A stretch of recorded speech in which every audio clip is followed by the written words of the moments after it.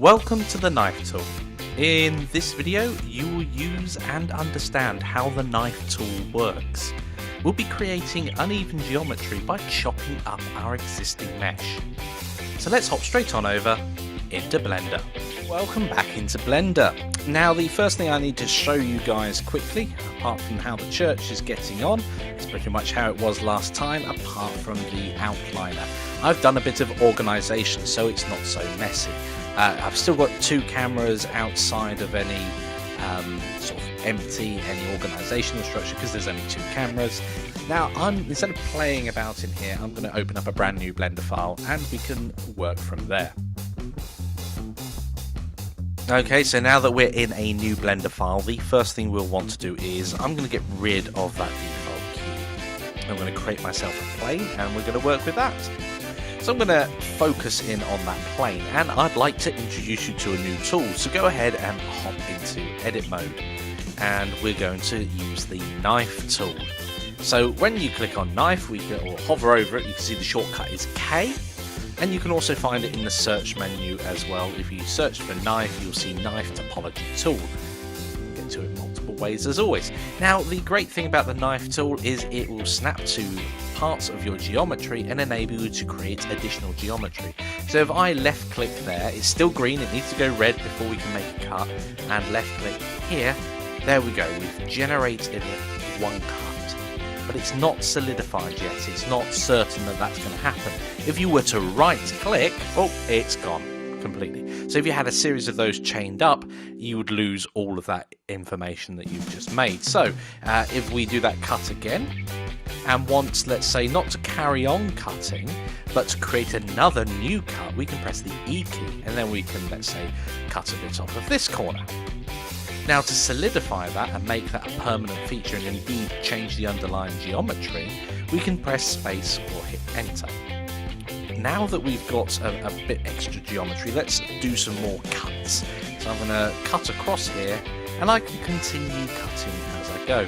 You can also, now I'm crossing over here, you'll notice that it automatically puts a cut when you cross over what would be an edge, which is very, very useful. Otherwise you'd end up with faces intersecting one another and being very confusing. Now you can hold down the left mouse button as you're going about, and I've just put a vertex essentially in the middle of there, and as I pass another edge it will cut, and another edge cut again. When I press space, we've got that in there. And now do be aware that you can make some quite crazy shaped n-gons, which could cause you a problem later on. And don't worry about it not making quads at the moment. If it was really necessary to retopologize later on, you could always do that. Or indeed, if you knew with 4.4 that was going to be an issue, you could of course make sure that you do generate quads when you do these cuts. Okay, so now we've experienced a bit of the knife tool, of course I've got a challenge for you guys. So what would I like you to do? I would like you to cut out a plane. Not an aeroplane, just a regular old square plane. So use the tile texture you've just created as reference material for your cuts, map it to that plane, create additional geometry using the knife tool. Then once you've done that, raise the bricks out to create a 3D model. Make the bricks slightly different heights for added detail. Here's an example of what you'll be aiming for at the end of this challenge. Pause the video now and give that a go. Okay guys, welcome back. Let's go and cut out a plane over in Blender. Right, so back over in Blender, the first thing I'm going to do is move to a separate layer to work with. Of course you could do this in a completely different Blender file and it would work absolutely fine. The reason why I'm still in here is because that's where all my textures are currently loaded, so I don't have to go and search my folders for them. So the first thing I'm going to do, now I could add a plane and then map a texture to it, but I could also import image as planes, and that's what I'm going to do. I'm going to turn on this, the thumbnails, that's the word, and then I can see what's going on, and I want my tiled texture, so I'm going to import that. Now, one thing you may notice when you import images as planes is it isn't the same size as when you import a normal plane. Not a problem in this case at the moment, but that will become an issue later on. But for the moment, we'll just scale it up when we get to that point. So what do we need to do? We need to switch to material mode so I can see what's going on, and we've got our texture already on the plane. And the reason why we're going to use the knife tool, initially you may think, oh yeah Mike, you just put some loop cuts in and move it about. Unfortunately, and I'll just demonstrate this now, in edit mode, if I add in, let's say, I don't know how many I need, but the moment you start moving it, these actually start distorting the image, because of course the image is mapped, and of course what we don't want to do is distort the image itself, because that is our reference material. So this is where the knife tool is really handy. And of course I'm going to activate the knife tool now, and I want to be in orthographic projection. So let's just quit the knife tool and go. Now I've got mine set up. I just remind you, when I go into top, front, when I'm at those 90-degree views, I've got it automatically switching to ortho, and you can do that. Last time I probably remind you guys about this. You can do this in the user preferences area under interface. We've got an option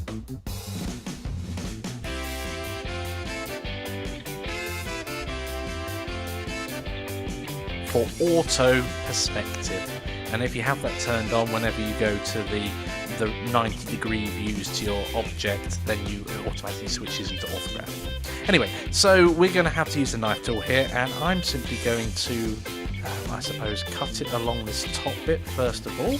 That's our first cut, and I'm going to press E to do our second cut. In fact, I can probably just snake down here. So if I put it there, move across to here. Now one thing that I've got to be careful with, of course, is if these don't line up properly, then it will look very, very odd when it's tiled later on. So I hope you take a bit more care than I'm doing here to demonstrate. There's a good chance that those cuts don't line up on either side. And again, with a bit more planning and structure, you can go through and make sure that that is the case anyway whenever you're working on a model. Now, of course, here the texture is slightly fuzzy because it's not overly well defined. I'm going to press E here to start a new cut. Again, I'm just snaking along here, putting the cuts in as I need them. Now, the danger is, of course, I've produced a ton of cuts there. If I was to accidentally hit the right key, right mouse button, it will just all disappear. So I'm just going to press the spacebar there and solidify that, and hop straight back into the knife mode and start cutting away again. The last thing I want to do is have to remove profanity if I accidentally lose it from this video. Let's press the E key and do this very top bit. And the question is, have I missed anything? I don't think I have. I think I've been quite thorough going through here. I did, for some reason, decide to... Oh, I went from the top, bottom, and back. So this should now give us the option to pull out, basically, these faces. Now, one thing to remember is this face and this face are actually the same brick, so you want to pull them out by the same amount. I'm literally going to do the...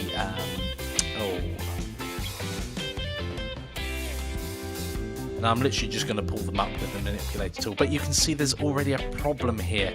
So I can't just pull them up, I'm going to have to extrude. So let's go ahead and extrude and pull them up by, let's say, that much. And I'm going to do the same to these ones here. And again, this is only approximate, we don't have to be detailed about it. I'm going to pull one up and then shift to another.